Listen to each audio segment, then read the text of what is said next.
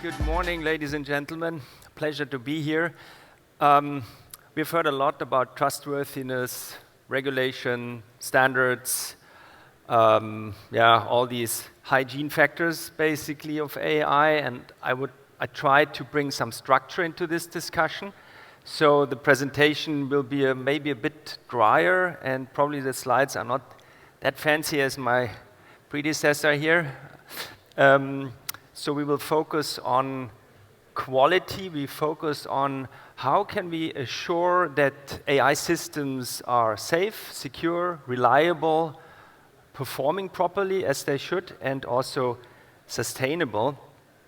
And that these different aspects actually are boiled down into the term of quality. That's how we understand it. And we share a more agnostic approach, so that helps organizations comply with regulations, demonstrate the responsible use of AI, but also adopt AI at scale. So let's jump into it. The good thing when you're not at the start of a conference, you don't have to motivate too much. Why AI now? What we observe is that there's a shift now from deployment development more towards the risk side of it. So organizations who develop AI but also adopt AI need to focus more and more on these risk aspects. It could be reputational risks, legal risks, but also technical risks. One thing maybe is also clear, organizations have to embrace AI, whether they like it or not. It will redefine competition and disrupt organizations potentially. But scaling AI and also selling AI basically goes hand in hand with a certain responsibility. And here the quality comes into the picture. So what is quality? The good thing with quality, the term as it's written there, so the degree to which an AI system satisfies requirements throughout its life cycle. It's such a nice generic term, but it covers pretty much everything. So if you look into quality of systems, you naturally make things explainable, transparent, accountable, and so on and so forth. The key aspect here also is requirements. Requirements here means tangible, very clearly defined requirements. So we not just talk about terms and phrases, we define them in such a way that you can quantify them, and ultimately you can then audit these systems, you can assess the systems, processes, and the organizations. So let's have a look into the challenges we see becoming more and more relevant for organizations, and how quality comes into the picture here. So one thing, I mean, we have discussed this, we have heard this in many sessions about the regulation, the AI Act, and others. I share a bit more later as well, but it's definitely a challenge for developers particularly to comply with the regulation. When you want to sell a piece of software with AI from, I don't know, wherever you are into the European Union or within European Union, you have to anticipate that there will be a rigorous regulatory requirement. And quality helps you to understand these requirements so that you naturally comply with those. Second piece is very closely related to this regulatory requirement. This is the ethical part, right? How can you demonstrate actually the responsible use of AI? It's well correlated to the regulation as well, but it's also a standalone on its own, right? You want to demonstrate that you are responsible with your AI systems interacting with customers and stakeholders. And also here, again, the quality makes things transparent, makes things actionable. That helps basically also demonstrating, addressing this challenge. Scaling those organizations who need to ultimately scale, and this is all of us at the end of the day. You cannot scale bits and pieces, I would say spaghetti code in a simple way. That's not working. You have to have a rigorous, proper management system focusing on quality, as you do already, right, in software development. You don't just implement something and let it out there. You also follow specific software engineering rules and guidelines, right? So we see really these challenges and how the quality can address this. We have heard a lot about regulation. I don't want to harp too much on this, but here you see a bit more. Also, the landscape is becoming, the regulatory activity is quite intense currently, but not only The AI, as a European Union with the AI Act, but also others. I always highlight also there has been already in China regulation enforced just recently, right? And if you want to deal with China with AI, you have to look into this. There's also another, these bars you see, these are the numbers of standards being published, and we heard already in the other session, previous session, about the standards, that there are many standards already out there. That's also what to highlight this. It's not that there is nothing and we have to wait 3 years down the road. It's already there, and yes, there are few more coming in, but in principle, it's already clear what this is about. But we also anticipate the AI will have the biggest impact, global impact, and we see already that many countries take this as a guiding regulation. What comes with this? This is quite complex, a lot of standards, best practices, and so on.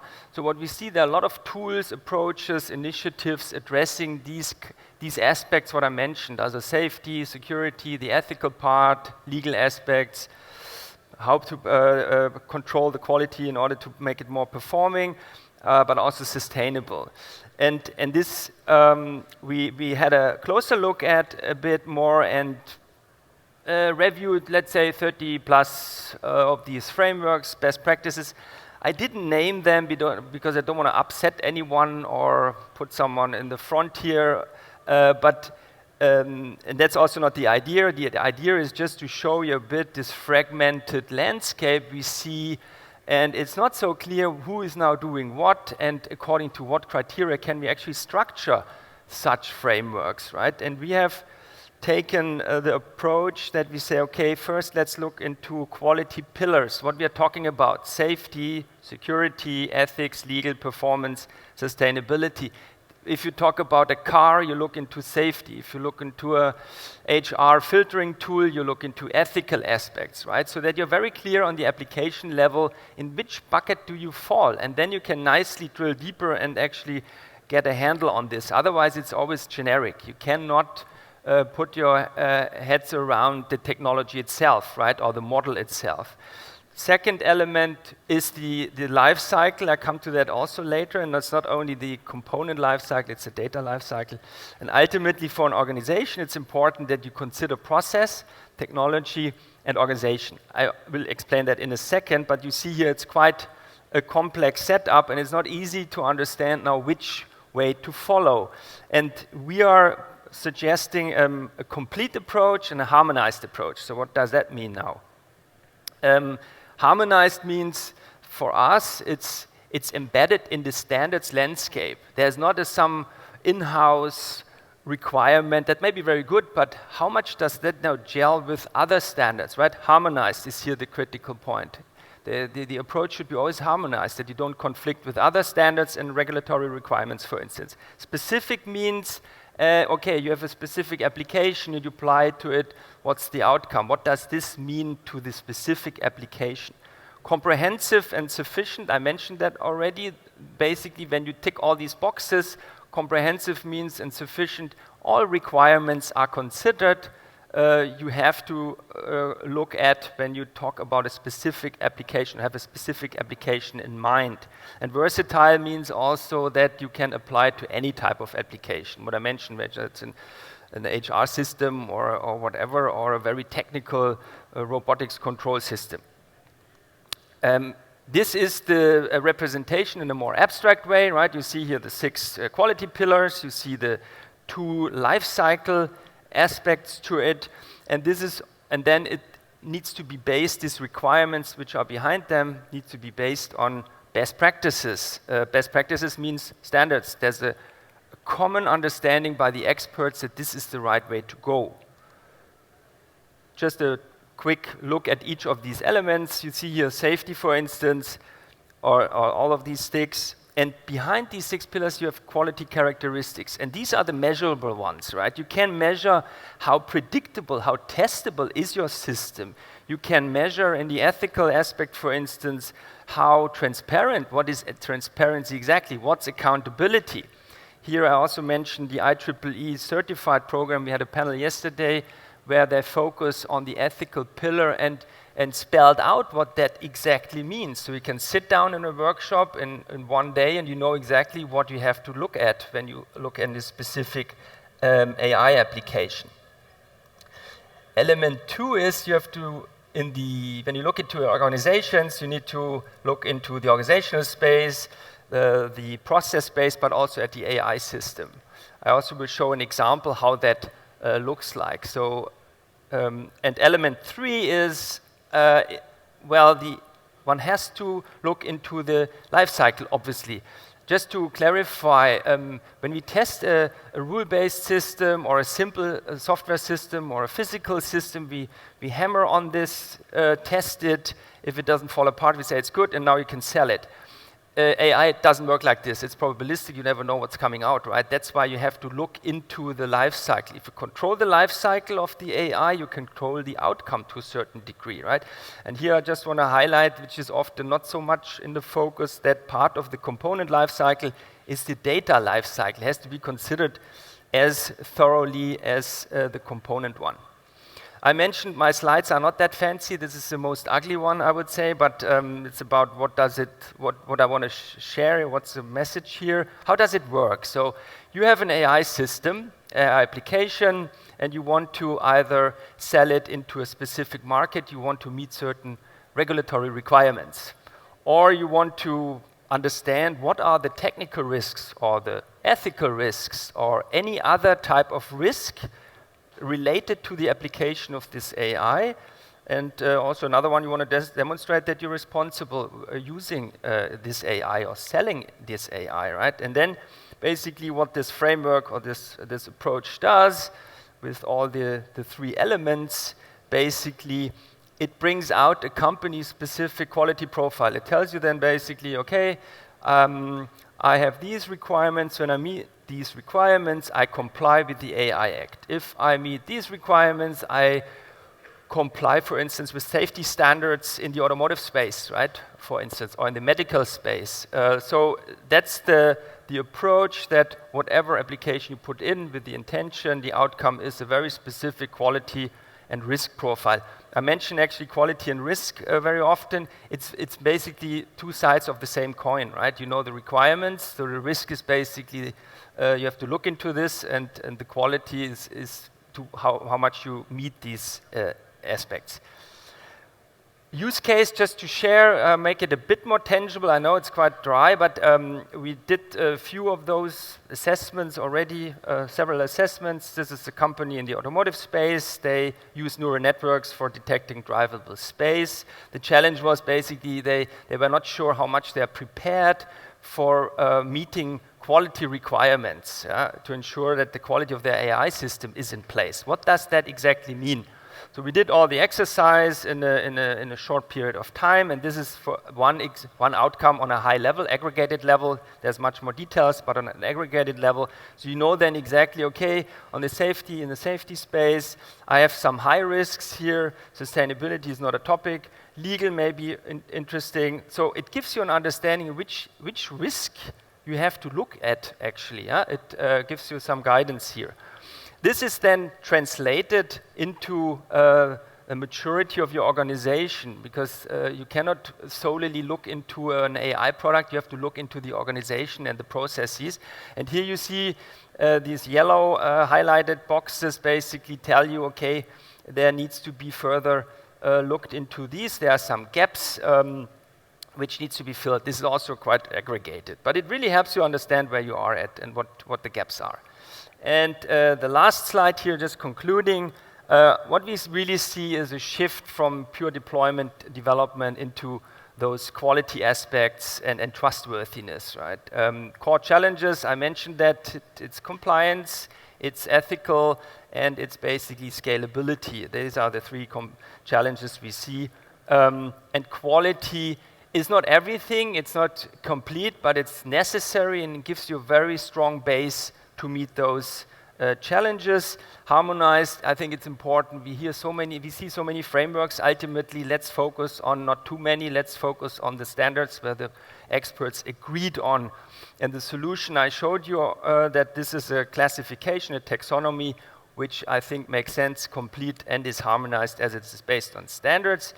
And moving forward, this unified approach, as we call it, is also not something, it's only our call, it's not an in-house development, if you will. We basically bring all the bits and pieces together, which then needs to be applied for a specific application. In this regard, is also call for collaboration, that we see that certain frameworks, testing tools make a lot of sense for a specific purpose, and we can include this into our overall approach.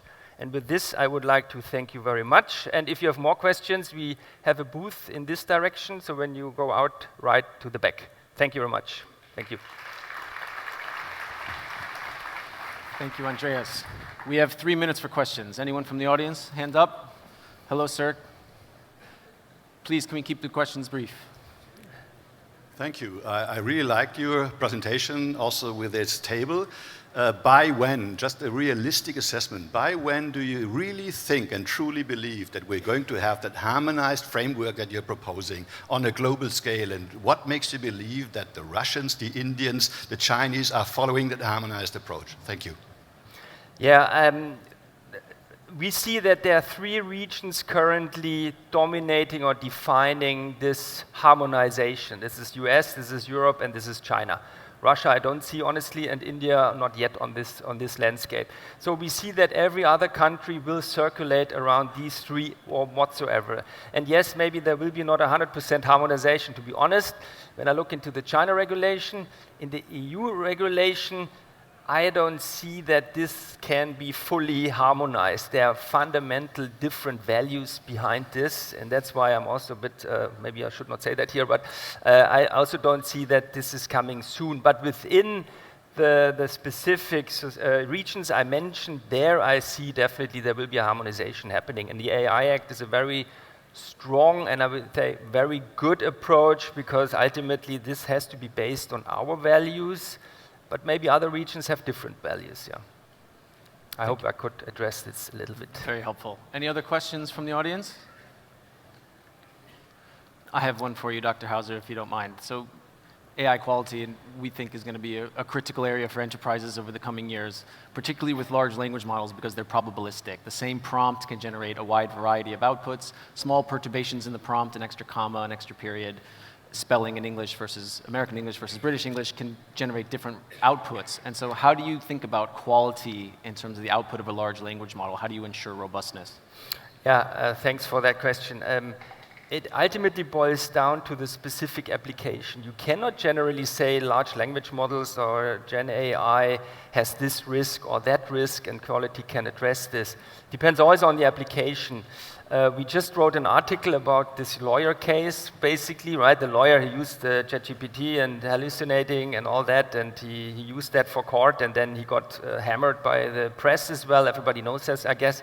So this poor fellow maybe will not do that again anymore. But what we did is basically we applied this framework or this approach so that you can systematically identify the risks, particularly this application and that user has, right? For instance, there's no safety issue in the sense of physical harm, right? Nobody will be physically harmed, whatever the lawyer does. But it's a legal issue, potentially, and it's a very ethical issue. So it could lead to reputational risk, closing down his business, and so on. So using that approach, we could nicely identify where are the areas we have to dive deeper and could then show, okay, everyone can easily, when you use that approach, can easily identify where are the risks and then mitigate them accordingly. Thank you, Dr. Hauser. Please give Dr. Hauser a round of applause.